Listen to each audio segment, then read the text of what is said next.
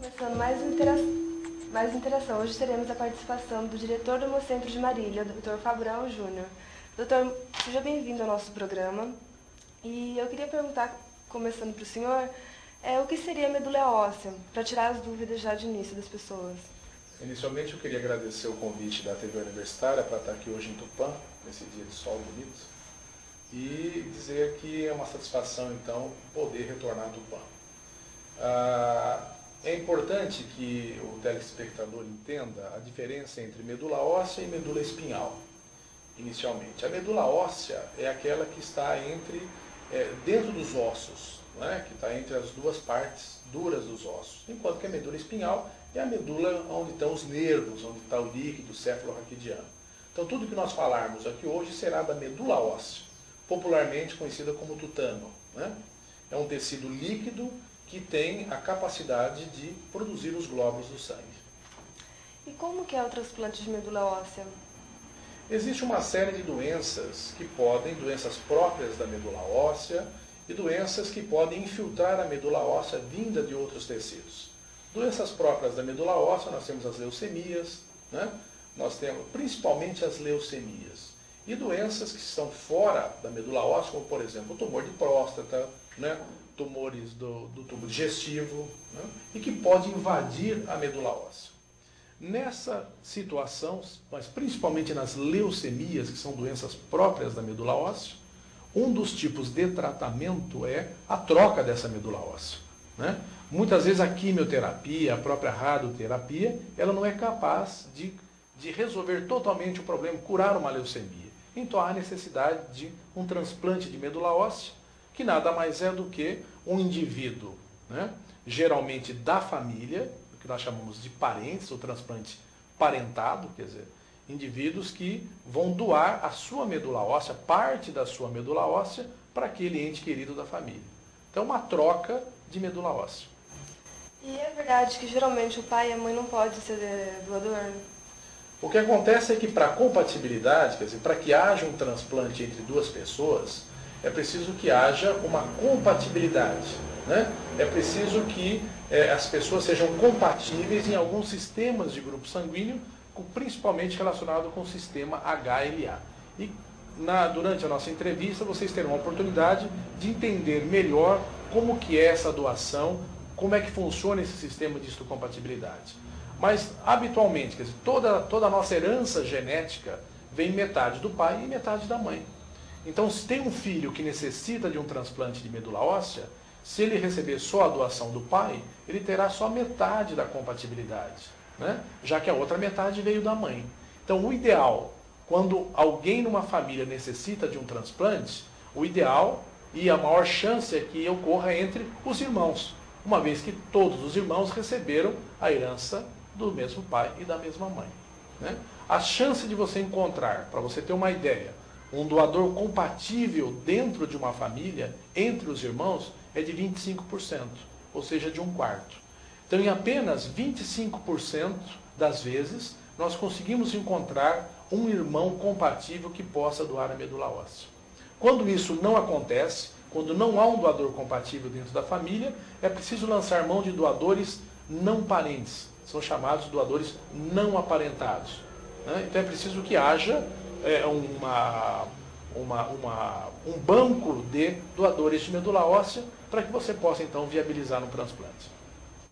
E o paciente, ele corre algum risco, o doador, ele corre algum risco? O risco, quando acontece, logicamente, que é com relação ao paciente, né? Uma vez que o paciente, se ele não receber uma medula totalmente compatível no sistema HLA, ele pode rejeitar esse transplante, perder o transplante, né? Você quer repetir a pergunta, por favor? Sobre os riscos que o paciente corre e o doador. Então, com relação aos doadores, não se conhece hoje os riscos com relação a doador, quer dizer, não houve nenhum transplante de medula óssea realizado no país ou fora do país que a gente tenha informação de que houve algum risco com o doador, né? Porque a medula que o doador doa é uma medula que é de duas maneiras a doação da medula. Ou ele doa através de uma aspiração dos ossos da bacia, porque os ossos da bacia são os ossos do corpo humano mais ricos em medula óssea. Então, quando há compatibilidade, ele vai doar essa medula óssea, o ideal é que seja aspirado dos ossos da sua bacia. Para isso, o doador é submetido a uma anestesia, tipo raquidiana ou tipo geral, né? E ele fica ali no procedimento que dura em torno de 1 hora. Terminou a aspiração, que é feita através de agulhas nessa região, terminou a aspiração, passou a anestesia, o doador vai para sua residência sem risco, sem problema nenhum. Pelo menos nós não temos notícia de risco, né? A outra maneira do doador doar a sua medula é através da retirada pelas veias desse doador. Então, embora seja um procedimento mais simples, não é o mais usado. O mais usado é por aspiração dos ossos da bacia. E eu queria que o senhor deixasse claro que as pessoas às vezes têm medo de se tornar doador pelo medo que pode vir faltar a medula, de ela virar um doador e ter problema de falta. Então não tem o risco de ela vai virar doador e vai fazer falta a medula.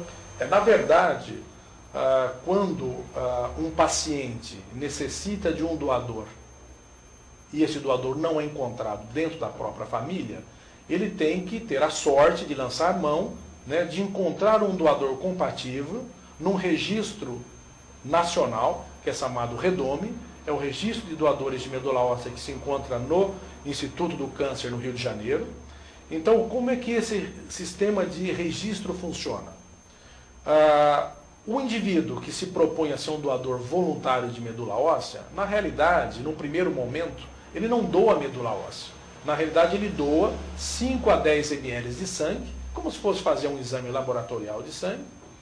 Esse sangue coletado desse doador, que geralmente essa coleta é feita pelos hemocentros, como o Hemocentro de Marília, que é o centro de referência para essa região. O Hemocentro de Marília, então, coleta esse material e manda para um laboratório credenciado pelo Ministério da Saúde. Existe hoje 19 laboratórios no Brasil credenciados para estarem realizando a tipagem pelo sistema HLA desse doador. Uma vez realizada a tipagem, essa informação é mandada para o Registro Nacional e esse doador fica até os 65 anos de idade como um potencial doador, né? E esse registro fica lá no INCA. Paralelamente ao registro de doadores, existe o registro de pacientes. E diariamente vai se cruzando informação entre doador e receptor para ver se encontra compatibilidade e viabiliza-se então um transplante. A medula óssea doada por um doador durante o procedimento do transplante, ela não faz falta nenhuma ao doador, né? Já que você retira não mais do que 15 a 20% do total de medula óssea que o indivíduo tem. Então, a retirada desses 15 a 20%, ele não faz nenhuma falta, ele não põe o doador em risco de nada, nem de anemia, nem de processos infecciosos posteriormente. Terminou o processo, ele vai para casa. Em 1 semana, a 15 dias, essa medula óssea é totalmente reposta pelo seu organismo. E eu queria saber também como que funciona isso de você faz a doação de sangue para ver se é compatível. Às vezes pode demorar meses ou até mais de 1 ano. Como que funciona a questão burocrática, por exemplo, avisar o doador? Normalmente o que acontece, você faz a sua doação, é preciso que você tenha entre 18 e 55 anos.